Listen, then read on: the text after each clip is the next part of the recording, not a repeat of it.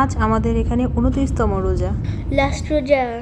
আর আমরা এখন যাওয়ার জন্য বের হয়েছি দুবাইয়ে। আর সেজন্য এখন আমরা এয়ারপোর্টে যাচ্ছি। সকাল আমরা কয়টার সময় বের হলাম? 6:15। রাস্তা তখন অনেক ফাঁকা ছিল আর রাস্তায় কিন্তু অনেক কুয়াশাও দেখা যাচ্ছিল। আর আমাদের ফ্লাইট দমদর টু এয়ারপোর্ট থেকে। দমদর এয়ারপোর্ট থেকে আমাদের বাসা থেকে দমদর যেতে সময় লাগে প্রায় 1 ঘন্টার মতো। আর আমরা এখন কিন্তু দমদর এয়ারপোর্টে পৌঁছেই গেছি। আর এয়ারপোর্টে ঢুকেই আমরা প্রথমেই চেকিং করে তারপরে বোর্ডিং পাসটা নিয়ে নিব। এই যে শারিক মাথার মধ্যে টুপি দিয়ে আছে, কারণ মস্কোতে কিন্তু আজ ভালোই ঠান্ডা, -1 দেখলাম।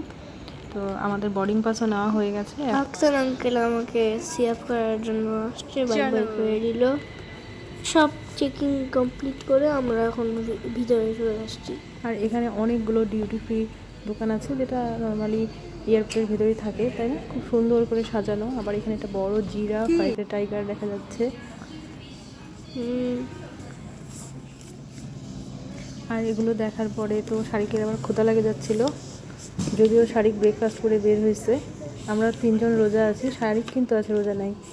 আর সামনে একটা রাশিয়ান সোভিনিটের দোকান ছিল, ভাবলাম যে দেখি এখানে কি কি সোভিনির পাওয়া যায় দেখার জন্য শারিকের বাবা আর আমি চলে গেলাম। শারিক কিন্তু ওরা আসেনি, ওরা বসেছিল ফোনে গেমস খেলছিল। সোভিনিরের দোকানে নতুন নতুন কী আছে সেটা দেখছিলাম। মোটামুটি এগুলো সবই চেনা জানা, রাশিয়ান কাপ মগ আর হচ্ছে মাতৃষ্কা, এগুলোই আর কি। আর বিশেষ কিছুই দেখলাম না। স্কার্ফ, এই যে ঘুরে ঘুরে দেখি না কী কী আছে।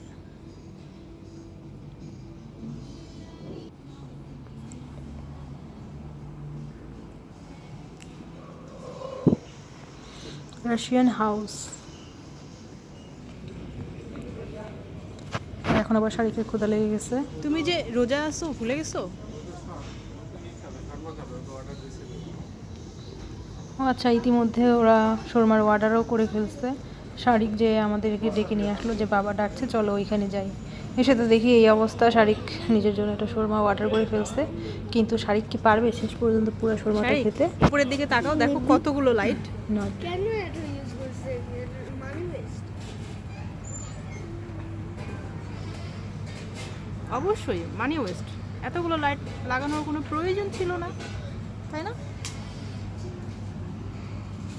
কোনো লাইটই লাগবে না।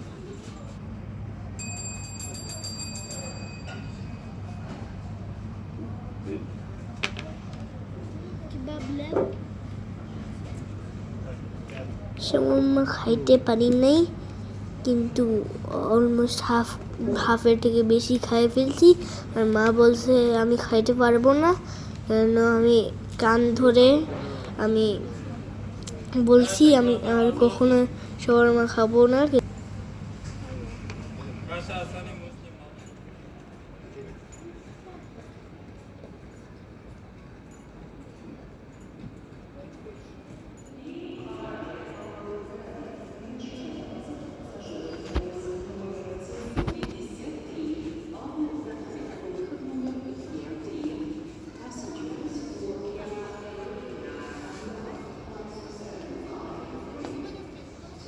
আমাদের গেট নাম্বার দিয়ে দিল, তাই আমরা গেট নাম্বারে যাচ্ছি।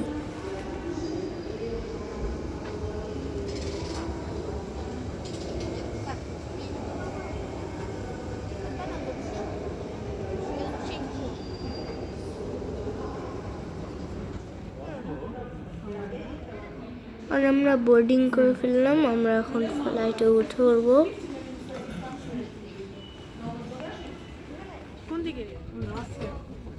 আমাদের বোয়িং 777 অনেক বড় ছিল।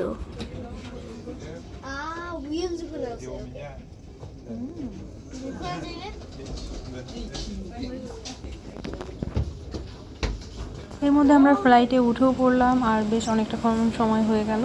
কিছুক্ষণ পরেই দেখা গেল যে এয়ার হোস্টেস এসে আমাদের বলছে যে আমাদের ছবি তুলে দিবে, আর সেই ছবি তোলার পরে আবার সেই সঙ্গে সঙ্গে সেটা ওয়াশ হয়ে বের হয়ে আসে। তো আমরা আবার সেইখান থেকে ছবি তুললাম, কিন্তু বিষয় হচ্ছে আমাদের 4 জনের ছবি একসাথে ক্লিয়ার আসেনি। তবে শারিকের ছবিটা খুব সুন্দর এসেছে। এখনও ছবিটা ক্লিয়ার আসেনি, কিছুক্ষণ পরে আবার পরিষ্কার দেখা যাবে।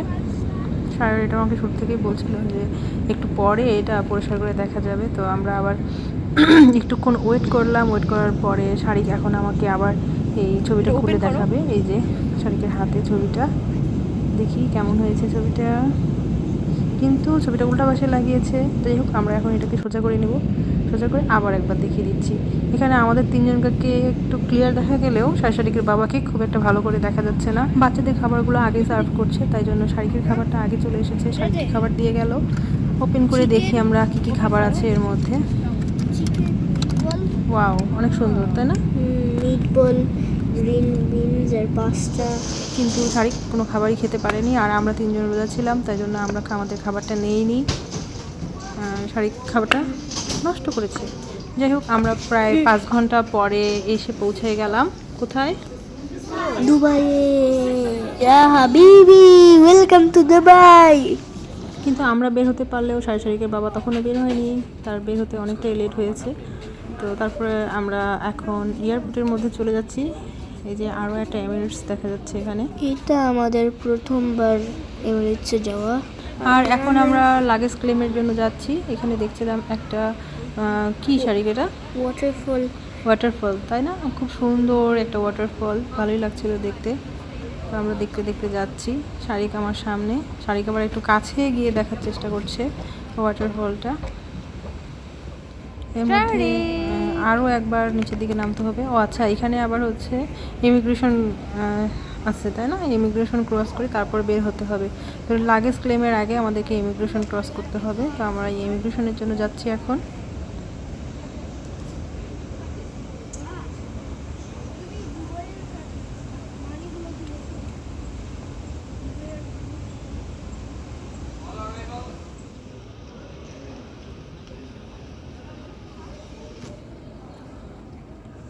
ইমিগ্রেশন শেষ করে এখন আমরা লাগেজ ক্লেমের জন্য যাচ্ছি। আর এখানে আমরা কি দেখতে পাইলাম শারিক? অ্যাস্ট্রোনট। আর এখানে লেখা আছে হচ্ছে welcome to Dubai. Welcome to Dubai. ভিতরে কিছু ট্রাভেল এজেন্সির শপ আছে, সেখান থেকে অফার করছিল যে কোনো ট্যুর নিতে চাই কিনা। আর তারপরে আবার দেখছিলাম আমরা এখানে একটা মানি এক্সচেঞ্জের জায়গা আছে, সেখান থেকে কারেন্সি চেঞ্জ করে নেবে। শারিকের বাবা বলছিল যে এখান থেকে কিছু কারেন্সি চেঞ্জ করে নেই। এর মধ্যে হয়তো লাগেজ আমাদের চলেও এসেছে, তাই শারিকের বাবা বলছে যে তোমরা এগিয়ে যাও লাগেজের কাছে, আর আমি মানি এক্সচেঞ্জ করে নিয়ে আসছি। তো সায়র আর আমি মিলে এগিয়ে যাচ্ছি। শারিক কিন্তু আসেনি, আমাদের 14 নম্বরে লাগেজ এসেছে, তাই জন্য আমরা সেখানে যাচ্ছি। আর যেহেতু মাত্রই 14 নম্বরে লাগেজগুলো দিয়েছে, তাই সেখানে কিন্তু বেশ ভালোই গ্যাঞ্জাম ছিল।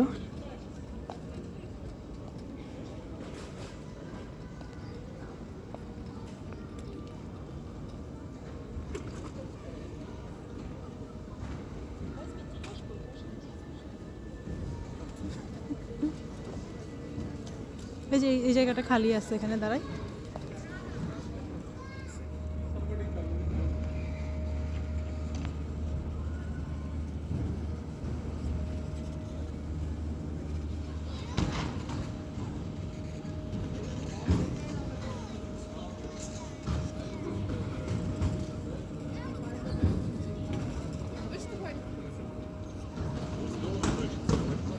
Конечно, меньше 100 будет стоить.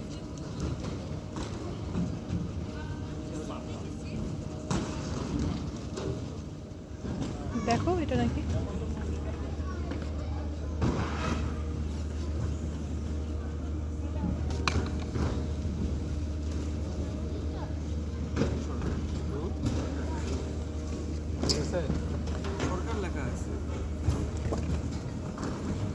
কোন সরকার? ইউনূস সরকার না হাসিনা সরকার?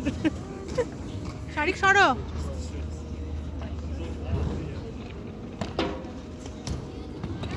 কথা না শুনলে কিন্তু।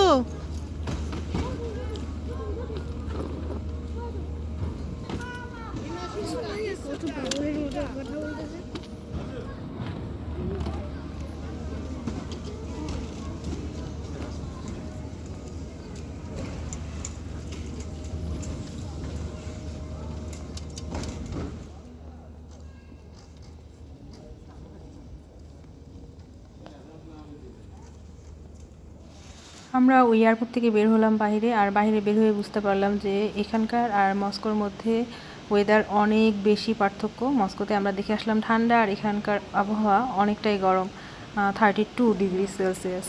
তো এখানকার অনেক ভালো একটা সুবিধা আছে, সেটা হচ্ছে আমরা গিয়ে জাস্ট সামনে দাঁড়াবো আর ট্যাক্সি যেটা সিরিয়ালে আছে সেটাতেই আমরা উঠে পড়বো। এই জন্য ট্যাক্সি ভাড়া করার বা কল করার কোনো ঝামেলা নেই। সুবিধাটা আমরা আরও অনেক জায়গাতেই পেয়েছি। বেশ ভালোই লাগে এই সিস্টেমগুলো দেখলে, যে নতুন একটা জায়গায় গিয়ে ট্যাক্সি ভাড়া করা বা অ্যাপস ডাউনলোড করা, কল করা, এই ঝামেলাগুলো করতে হয় না। জাস্ট আমরা সামনে গিয়ে দাঁড়ালাম, আমাদেরকে ওই পাশ থেকে যে সিকিউরিটি আছে সে ডেকে বললো যে এই ট্যাক্সিতে উঠে পড়তে। আমরা জাস্ট উঠে পড়লাম, আর অ্যাড্রেসটা দেওয়ার সাথে সাথে আমরা আমাদের অ্যাড্রেসে নিয়ে যায় পৌঁছিয়ে দিল। যে মিটারে যেই বিল আসছে সেটাই আমাদেরকে পেমেন্ট করতে হলো। সিস্টেমটা খুবই সুন্দর, আমাদের অনেক ভালো লাগছে। আর বহু প্রতীক্ষিত সেই দুবাইয়ে যেহেতু আমরা এসেই পড়েছি, তাই এদিক সেদিক দেখছি যে দুবাই আসলেই দেখতে কেমন। এয়ারপোর্ট থেকে বের হয়ে দেখছি এখানে আরও একটা ওয়াটারফল, বেশ সুন্দর দেখতে। আর গাড়ির ভিতরে তো ওয়েদারটা এখনও খুব একটা ভালো বুঝতে পারছি না। আর আমরা বিকেল টাইমে এসে পৌঁছেছি। আমরা হোটেলে গিয়ে ফ্রেশ হয়ে কিন্তু আবার বের হয়ে পড়বো ইফতার করার জন্য। এয়ারপোর্ট থেকে আমাদের হোটেলের দূরত্ব ছিল মাত্র 5 মিনিট, খুব বেশি সময় না, খুব একটা অল্প সময়ের মধ্যে, এবং রাস্তায় কোনো সেরকম জ্যাম ছিল না, বেশ ভালোই লাগছিল। ও বুঝে ফেললো যে আমরা বাংলাদেশি হইলে উর্দু বুঝবো।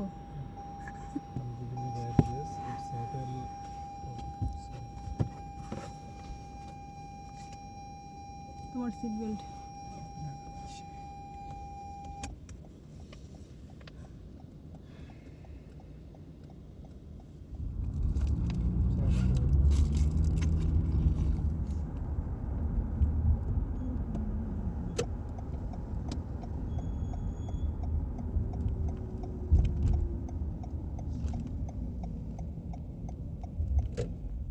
এখানে এসে এবার একটা পরিচিত মুখ দেখতে পেলাম, সেটা হচ্ছে আলিয়া ভাট, মানে হচ্ছে মালাবারের অ্যাড।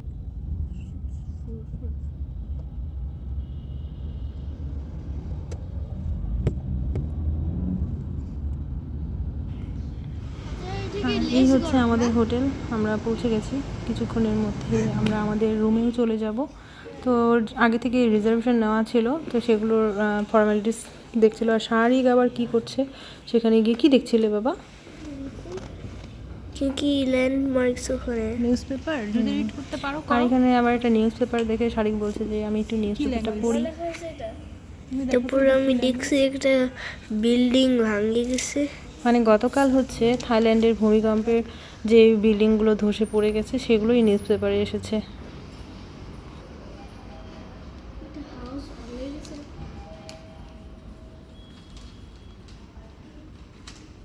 কালকে তোমাকে দেখালাম না কালকে দেখালাম না ভূমিকম্পে ভেঙে পড়ছে যে থাইল্যান্ডে।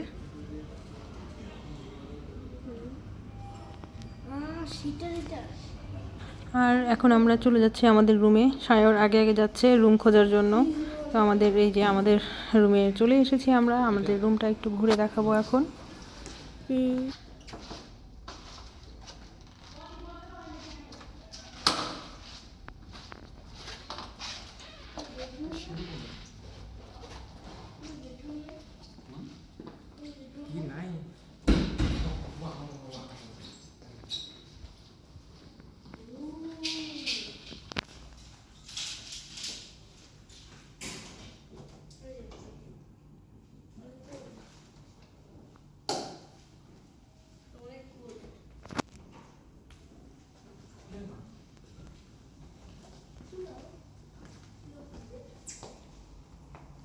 কিচেন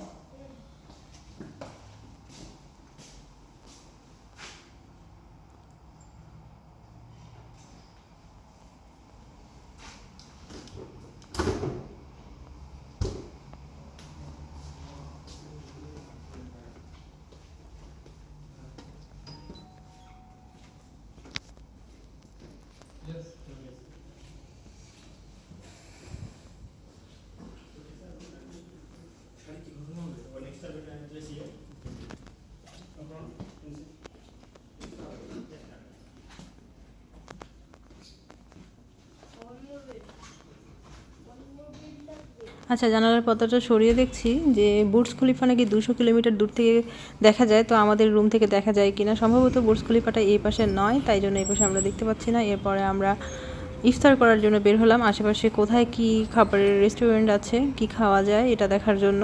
তো বের হয়েই আমরা দেখতে পেলাম যে আশেপাশে অনেকগুলো রেস্টুরেন্ট আছে। তো আমরা ঠিক করছিলাম যে কোন রেস্টুরেন্টে খাবো।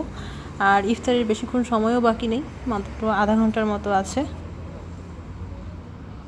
আর অবশেষে আমরা একটা রেস্টুরেন্ট খুঁজে বের করলাম। রেস্টুরেন্টটা সেই পর্যন্ত ফাঁকাই ছিল। আর এরপরে আমরা যখন অর্ডার করলাম, মানে এটা হচ্ছে সেকেন্ড ফ্লোর ছিল, ফার্স্ট ফ্লোরটা বেশ ভালোই গ্যাঞ্জাম ছিল। আমরা সেকেন্ড ফ্লোরে গিয়ে বসলাম, খাবার অর্ডার করছিলাম। এর মধ্যেই যে আমাদের খাবারের অর্ডার নিচ্ছে সে বলছে যে ইফতারের জন্য তাড়াতাড়ি খাবার অর্ডার করে ফেলুন, না হলে কিন্তু আজান দিয়ে দিবে কিছুক্ষণের মধ্যে। তো আমরা ঝটপট কিছু খাবারের অর্ডার করে ফেললাম। তো আমরা খাবার নিয়ে নিজেরাই এখন তুলে নিচ্ছি। আর এর মধ্যে আবার দেখছি যে আমরা যেগুলো খাবার অর্ডার করেছিলাম তার থেকেও আরও বেশি কিছু এক্সট্রা খাবার দিয়েছে, যেমন জুস একটা দিয়েছে, কিছু ফ্রুটস দিয়েছে, তারপর দিয়েছে খেজুর। এগুলো আসলে আমরা অর্ডার করিনি, তারা ইফতার হিসেবে সেগুলো আমাদেরকে দিয়েছে। তো শারিক তো আবার খুব মজা করে খেলো। শারিকের মজার সেই ফ্রেঞ্চ ফ্রাই আর চিকেন ফ্রাই, যেটা শারিকের সব সময়ই ফেভারিট, তাই না শারিক? আর খাওয়া দাওয়া শেষ করে শারিক আবার এখানে কিন্তু দাঁড়িয়ে ছবি তুলছে, কারণ দুপাশে দুটো ফ্ল্যাগ আছে। এটা কোন কান্ট্রির flag Sharik? United Arab Emirates. আমরা খাওয়া দাওয়া শেষ করলাম আর আমরা এই রেস্টুরেন্টেরই সেকেন্ড ফ্লোরে বসে খেয়েছি। এটা হচ্ছে সেই রেস্টুরেন্টটা। আমরা বের হয়ে চলে আসলাম, যেহেতু নিচে স্পেসটা খুবই ছোট। তো সরাসরিকে বাবা বিল পেমেন্ট করছিল, আমরা তিনজন বাইরে দাঁড়িয়ে আছি।